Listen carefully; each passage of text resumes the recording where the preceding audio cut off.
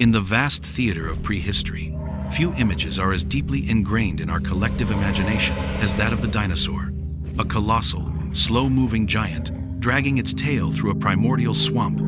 It's a powerful picture of brute force over grace, of size over speed. But what if this vision, cemented by a century of popular culture, is one of history's greatest misconceptions? Now, let's open the fossil record and resurrect the story of this Jurassic titan.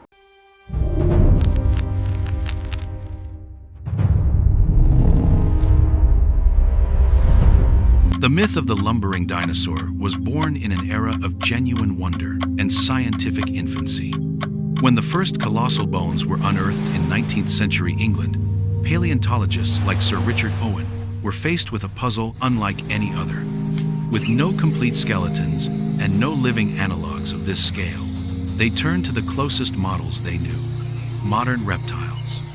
They envisioned these creatures as gargantuan lizards or crocodiles, sprawling, cold-blooded, and inescapably sluggish. This interpretation gave birth to the first reconstructions, most famously the stone behemoths of London's Crystal Palace Park, heavy-set quadrupedal beasts with sagging bellies and tails dragging on the ground. They were marvels of their time, but they were monuments to a misunderstanding, casting dinosaurs as evolutionary failures, too slow and dim-witted to survive. For decades, this paradigm held firm. The scientific community and the public alike accepted the image of a low-energy world dominated by plodding giants. But the stones themselves were beginning to tell a different story. The first whispers of dissent came not from grand theories, but from the quiet, meticulous analysis of the very bones that started the legend. When we analyze the limb structure of dinosaurs, we see a fundamental design flaw in the sluggish reptile analogy. Unlike lizards or crocodiles, which have a sprawling stance with legs out to the sides, dinosaur legs were positioned directly beneath the body. This erect posture is a hallmark of active, mobile animals, an architecture for efficient, sustained movement seen in mammals and birds today. It was a skeleton built not for crawling, but for striding. Furthermore, the bones of many theropods, the bipedal carnivores like Allosaurus, revealed an even more stunning adaptation. They were hollow. This pneumatic system, akin to that of modern birds, created a framework of incredible strength without the burden of excessive weight. It was a blueprint for agility, a body engineered for speed and dynamic action, not for wallowing in swamps. The most profound challenge to the old orthodoxy, however, came from a different kind of fossil entirely.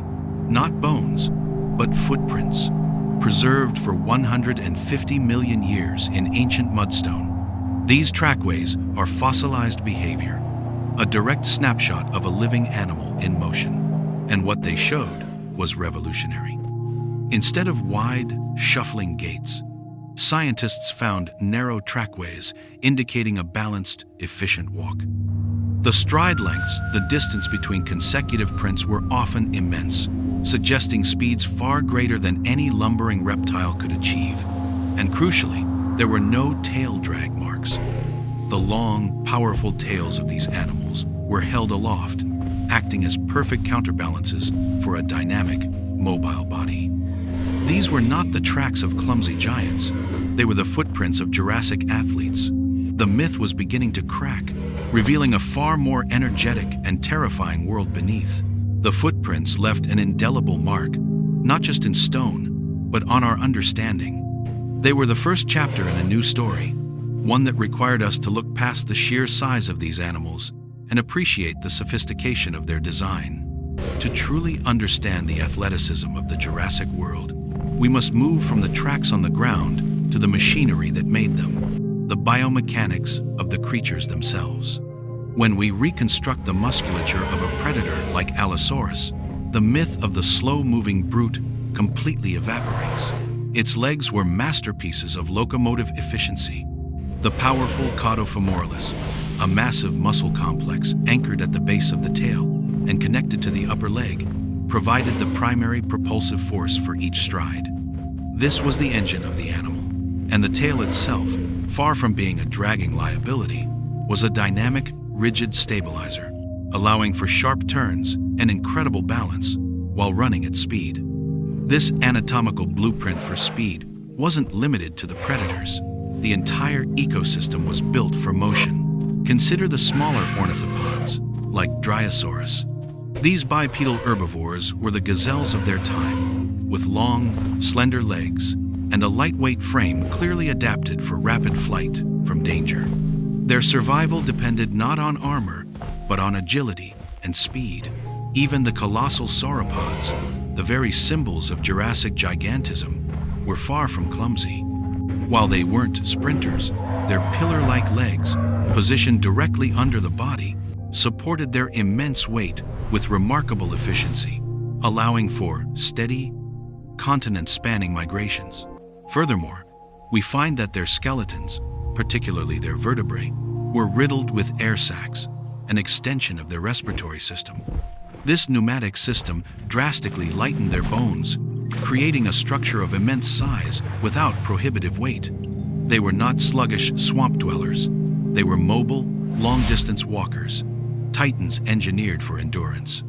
This emerging picture of a high-energy world is powerfully reinforced when we use modern technology to peer inside the very skulls of these animals.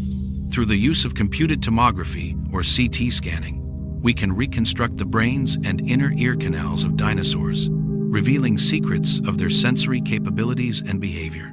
The results are astonishing. In predatory theropods, the semicircular canals of the inner ear, the structures responsible for balance and spatial awareness, are large and well developed.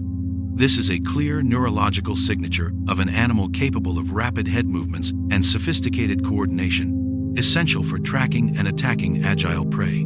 It's the neuroanatomy of an athlete.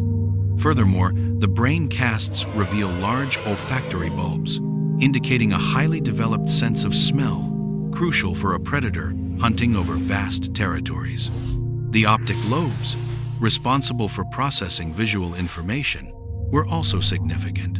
This was not a creature of simple, reflexive actions. This was a sophisticated hunter, processing a constant stream of sensory data to navigate its world and execute complex predatory strategies. When we analyze the brain case of a Tyrannosaurus rex from the later Cretaceous period, we see the culmination of this trend, a brain proportionally larger and more complex, suggesting that this evolutionary arms race for neurological processing power and athletic ability only intensified over time. The evidence from bone to brain is unequivocal. The Jurassic was not a slow, plodding era. It was a dynamic, fast-paced world, an arena where survival was a contest of speed, agility, and keen senses played out on a continental scale. The key to survival wasn't just size, it was performance. Putting these pieces together, the erect posture, the lightweight skeletons, the powerful musculature, and the advanced neurology, transforms our picture of the Jurassic. It ceases to be a static gallery of behemoths and becomes a high-octane arena, governed by a relentless evolutionary principle, the Great Jurassic Arms Race. This was a world defined by the dynamic interplay between predator and prey, where every adaptation on one side of the equation prompted a reaction on the other. For a hunter like Allosaurus, the prize was not a slow, defenseless meal. Its target was often an agile ornithopod, or even the juvenile of a giant sauropod, capable of surprising bursts of speed. Success demanded more than just brute force. It required strategy, stamina, and bursts of incredible acceleration. When we reconstruct these interactions, we see a world of breathtaking athletic contests. The lightning-fast attack of a theropod was met by the equally explosive flight of its prey. This co-evolutionary pressure drove innovation across the ecosystem. Herbivores developed not only speed, but complex social behaviors. Fossil trackways showing multiple sauropods moving in the same direction suggest herding, a collective defense strategy where adults could shield the more vulnerable young. The armored dinosaurs, like Stegosaurus, weren't simply passive fortresses. The fossil evidence of punctured Allosaurus vertebrae tells us their thagomisers were actively and precisely wielded defensive weapons, requiring agility and quick reflexes to be effective against a fast-moving attacker.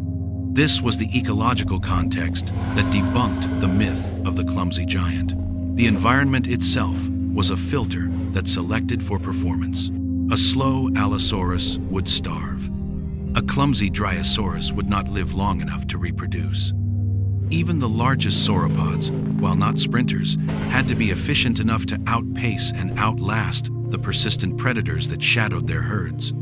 The notion of a slow, simple world is an illusion born from our own initial failure to comprehend a different kind of biological success.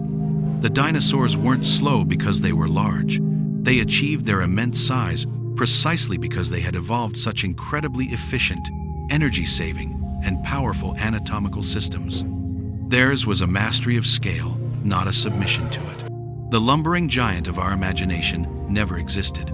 It has been replaced by the reality of a finely tuned, high-performance athlete, a testament to 150 million years of evolutionary pressure in one of the most demanding and dynamic ecosystems our planet has ever produced.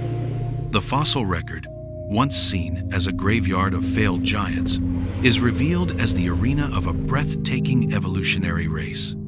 Every fossil fragment, every preserved footprint, is a testament not to a slow and simple past, but to a world humming with energy and intricate connections, a dynamic dance of survival written in stone, whose echoes still shape our understanding of life itself.